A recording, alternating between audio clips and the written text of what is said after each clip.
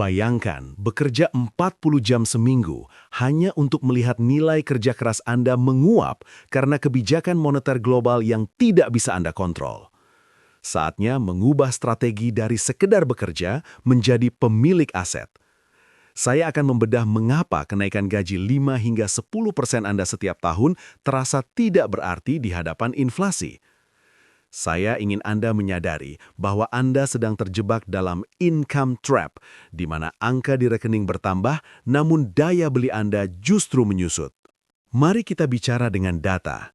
Secara statistik, banyak profesional di Indonesia menerima kenaikan gaji tahunan di kisaran 5 hingga 7%.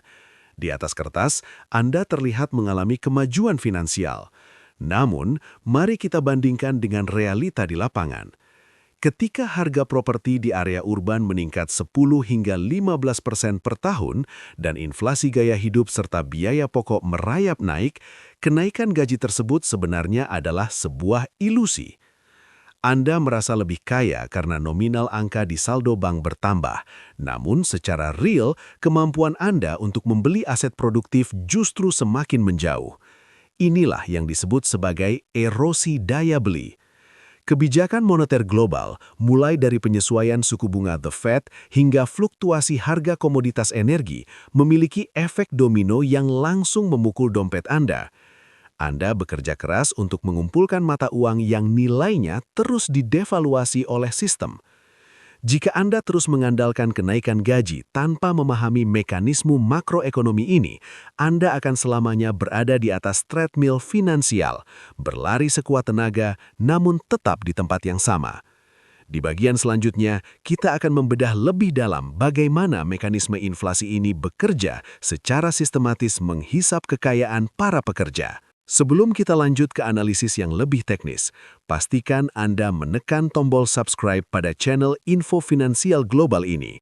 Dengan memahami data, Anda bisa menyusun strategi menuju financial freedom dan berhenti menjadi korban dari kebijakan ekonomi yang tidak bisa Anda kendalikan. Mari kita bedah variabel-variabel yang membuat gaji Anda menguap tanpa Anda sadari. Mari kita masuk ke dalam perhitungan matematis yang akan mengubah perspektif Anda mengenai tabungan. Seringkali kita terjebak dalam apa yang disebut oleh para ekonom sebagai nominal illusion atau ilusi nominal. Anda melihat angka di rekening bank Anda bertambah, namun Anda tidak menyadari bahwa nilai real dari angka tersebut justru sedang menyusut. Mari kita bandingkan data secara konkret.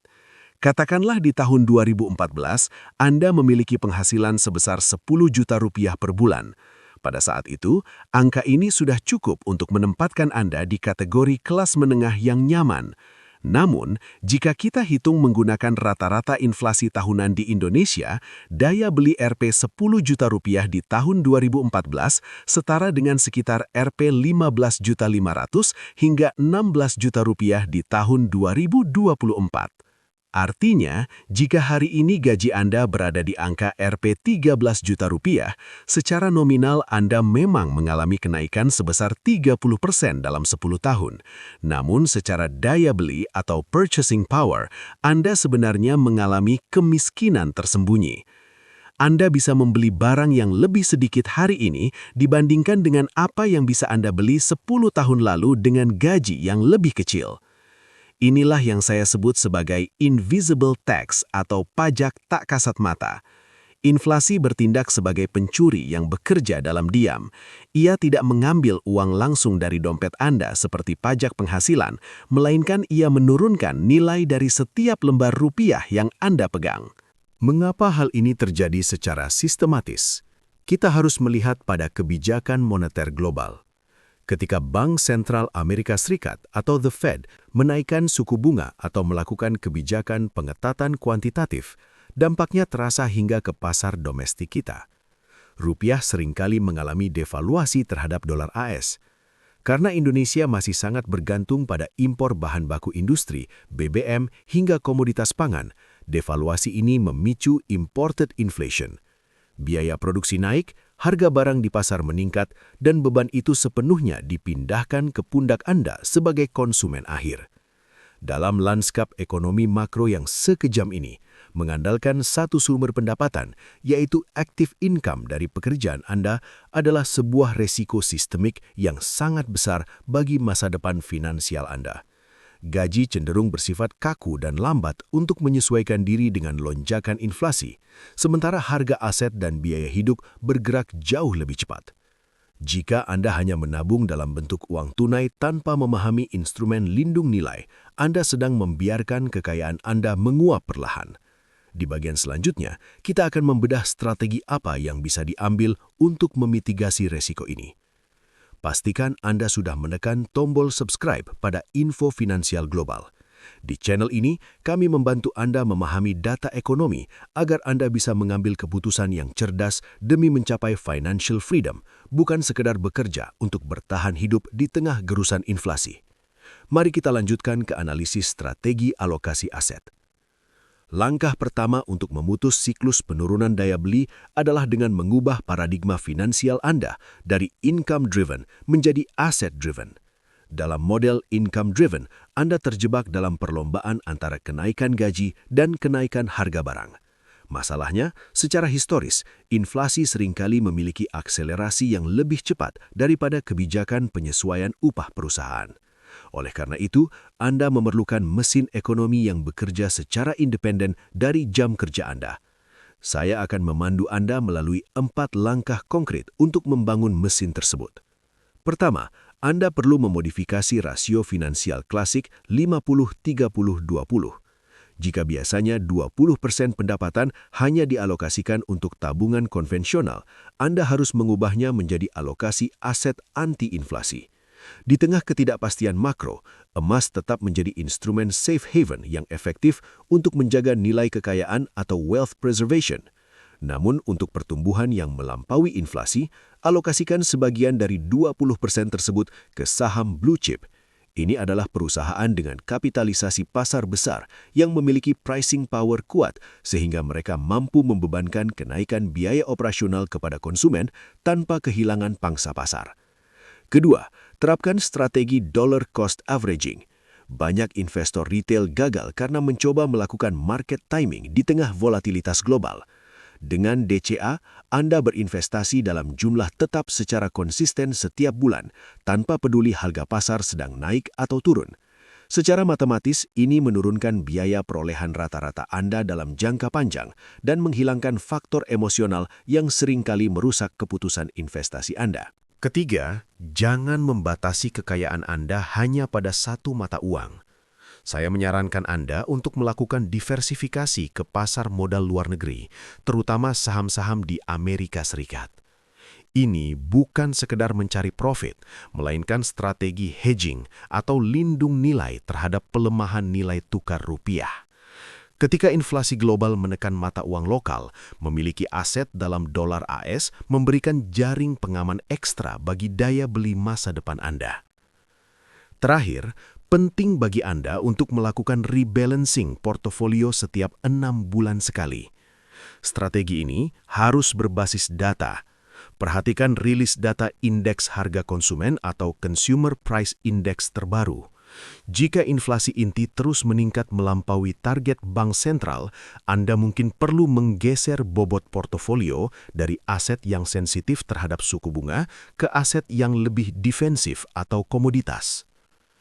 Dengan menerapkan strategi asset-driven ini, Anda tidak lagi hanya mengandalkan sisa gaji untuk bertahan hidup, melainkan membangun benteng pertahanan yang tumbuh seiring atau bahkan melampaui laju inflasi global.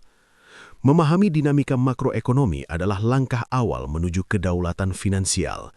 Jika Anda ingin terus mendapatkan analisis mendalam berbasis data seperti ini, pastikan Anda menekan tombol subscribe pada Info Finansial Global. Di sini, kami berkomitmen membantu Anda mencapai financial freedom dengan keputusan yang cerdas dan terukur. Mari kita bedah lebih lanjut bagaimana kebijakan bank sentral akan mempengaruhi suku bunga pinjaman Anda di bagian berikutnya. Mari kita masuk ke dalam simulasi angka yang akan memperjelas posisi finansial Anda saat ini. Bayangkan, Anda secara disiplin menyisihkan Rp 2 juta setiap bulan selama 10 tahun ke depan. kita akan membandingkan dua skenario yang sangat kontras namun realistis. Skenario pertama adalah jalur konvensional. Anda menyimpan uang tersebut di rekening tabungan biasa. Dalam 10 tahun, total modal yang Anda kumpulkan adalah Rp 240 juta. Secara nominal, angka ini terlihat utuh. Namun, mari kita masukkan variabel inflasi global yang rata-ratanya berada di angka 4 hingga 5% per tahun. Secara real, daya beli dari Rp 240 juta tersebut di masa depan sebenarnya hanya akan setara dengan sekitar Rp 150 hingga 160 juta nilai uang hari ini. Tanpa Anda sadari, sistem ekonomi telah mencuri hampir sepertiga dari kerja keras Anda melalui penurunan nilai mata uang. Sekarang, mari kita lihat skenario kedua. Anda mengalokasikan Rp 2 juta tersebut ke dalam aset produktif seperti indeks saham global, obligasi pemerintah, atau instrumen investasi yang mampu menghasilkan imbal hasil rata-rata 8 hingga 10% per tahun. Dengan kekuatan compounding interest atau bunga majemuk, setelah 10 tahun, nilai aset Anda berpotensi tumbuh menjadi kisaran Rp 360 juta hingga 400 juta. Perhatikan perbedaan yang signifikan ini. Di skenario kedua, Anda tidak hanya berhasil mempertahankan daya beli Anda dari gerusan inflasi, tetapi Anda juga menciptakan selisih kekayaan real yang jauh lebih besar. Selisih inilah yang kita sebut sebagai real wealth. Data ini adalah bukti nyata bahwa di tengah dinamika makroekonomi saat ini, menjadi pemilik aset bukan lagi sebuah pilihan atau pelengkap gaya hidup, melainkan keharusan mutlak untuk bertahan. Jika Anda hanya mengandalkan kenaikan gaji tahunan tanpa memindahkannya ke dalam aset yang produktif, Anda akan terus terjebak dalam perlombaan yang tidak akan pernah Anda menangkan melawan inflasi. Keputusan untuk mulai memiliki aset hari ini adalah langkah konkret untuk mengamankan masa depan Anda dari ketidakpastian global. Jika Anda ingin terus mendapatkan panduan berbasis data untuk membangun strategi finansial yang tangguh, pastikan Anda menekan tombol subscribe pada Info Finansial Global. Mari kita bersama-sama mencapai kedaulatan finansial melalui keputusan yang cerdas dan terukur. Di bagian selanjutnya, kita akan membahas instrumen apa saja yang paling resilient terhadap guncangan ekonomi global saat ini. Sebagai penutup dari analisis kita hari ini, ada satu paradigma fundamental yang harus Anda tanamkan dalam pola pikir Anda. Gaji hanyalah sebuah alat, bukan tujuan akhir dari perjalanan finansial Anda.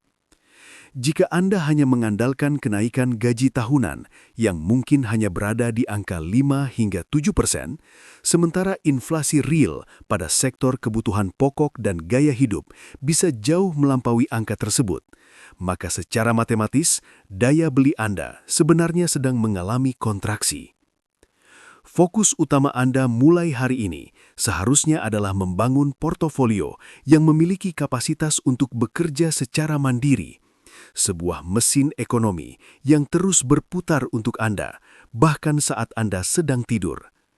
Kita tidak boleh membiarkan inflasi secara perlahan mencuri nilai dari masa tua Anda. Saya mengajak Anda untuk segera melakukan audit mendalam terhadap arus kas dan pengeluaran Anda. Identifikasi kebocoran yang tidak perlu dan segera alokasikan modal tersebut ke dalam aset produktif yang mampu memberikan imbal hasil di atas laju inflasi global. Mari kita hadapi ketidakpastian ekonomi global ini bukan dengan kepanikan, melainkan dengan data dan strategi yang presisi. Di era volatilitas tinggi seperti sekarang, pengetahuan adalah aset yang paling berharga. Jika Anda berkomitmen untuk terus memperkuat fondasi keuangan Anda dengan analisis objektif dan terukur, pastikan Anda menekan tombol subscribe pada Info Finansial Global. Mari kita bersama-sama menavigasi kompleksitas ekonomi ini demi mencapai kedaulatan finansial yang sejati. Sampai jumpa di analisis mendalam berikutnya.